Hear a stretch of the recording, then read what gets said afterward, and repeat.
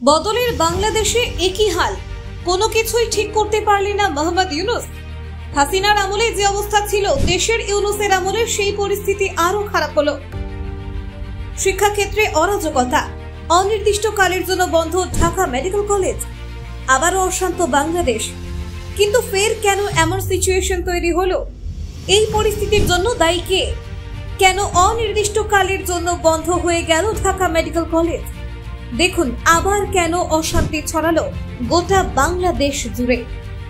Dhaka medical কলেজে চলমান ছাত্র আন্দোলনের প্রেক্ষিতে প্রশাসনের তরফে কলেজ অনির্দিষ্টকালের জন্য বন্ধ ঘোষণা করা হয়েছে।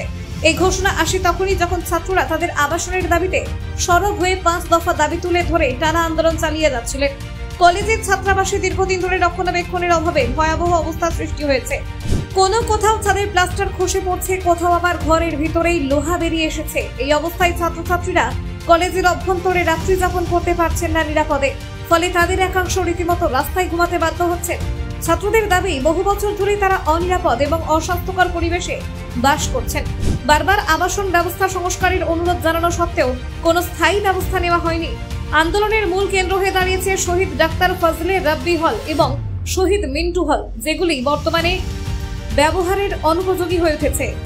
আন্দোলনকারী ছাত্রদের বক্তব্য অনুযায়ী, আমরা চিকিৎসা শিক্ষার্থী, দিনে ক্লাস, রাতে ডিউটি করে আমাদের আবার রাত কাটাতে হচ্ছে স্যাঁতস্যাঁতে ঘরে। এমন অবস্থা মেনে নেওয়া যায় না। এই পরিস্থিতিতে ছাত্ররা যে 5 দফা দাবি তুলেছেন তার মধ্যে রয়েছে নিরাপদ আবাসনের ব্যবস্থা, অস্থায়ীভাবে বিকল্প আবাসনের বন্দোবস্ত, ভবিষ্যতের জন্য নির্দিষ্ট সময়সীমার মধ্যে সংস্কার কাজ সম্পন্ন করার প্রতিশ্রুতি, হস্টেল ব্যবস্থাপনায় স্বচ্ছতা এবং দায়বদ্ধতা এবং দীর্ঘমেয়াদী সমাধানের জন্য বাজেট বরাদ্দ। এই দাবিগুলির ভিত্তিতেই তারা কলেজ কর্তৃপক্ষকে 24 ঘন্টার আলটিমেটাম দিয়েছিলেন।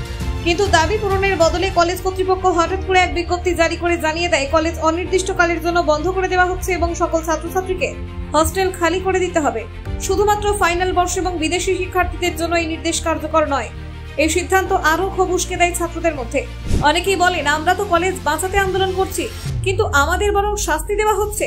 এদিকে কলেজ প্রশাসনের পক্ষ থেকে বলা হয়েছে, নিরাপত্তার স্বার্থে এবং পরিস্থিতির অবনতি ঠেকাতে কলেজ বন্ধের সিদ্ধান্ত নেওয়া হয়েছে।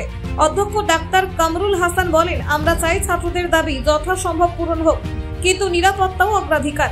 সরকার ইতিমধ্যে হস্টেল সংস্কারে বরাদ্দ এবং নতুন ভবনের পরিকল্পনা গ্রহণ করেছে। ছাত্রদের আন্দোলনের জেরে ঢাকা মেডিকেল কলেজ চত্বরে আইন শৃঙ্খলা রক্ষাকারী বাহিনীর উপস্থিতি জোরদার করা হয়েছে। তবে এখনো পর্যন্ত ছাত্রদের পক্ষ থেকে কোনো হিংসাত্মক কার্যকলাপ হয়নি।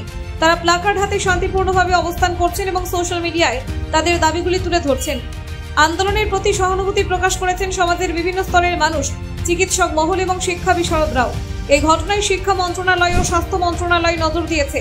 বিভিন্ন মহল থেকে দাবি উঠেছে, দ্রুত ছাত্রদের দাবি মেনে নিয়ে পরিস্থিতি সমাধান করতে হবে, কারণ এটি শুধুমাত্র ঢাকা মেডিকেল কলেজ নয়, গোটা দেশের স্বাস্থ্য শিক্ষার গুণমান এবং চিকিৎসা পরিষেবার ভবিষ্যৎ প্রশ্ন।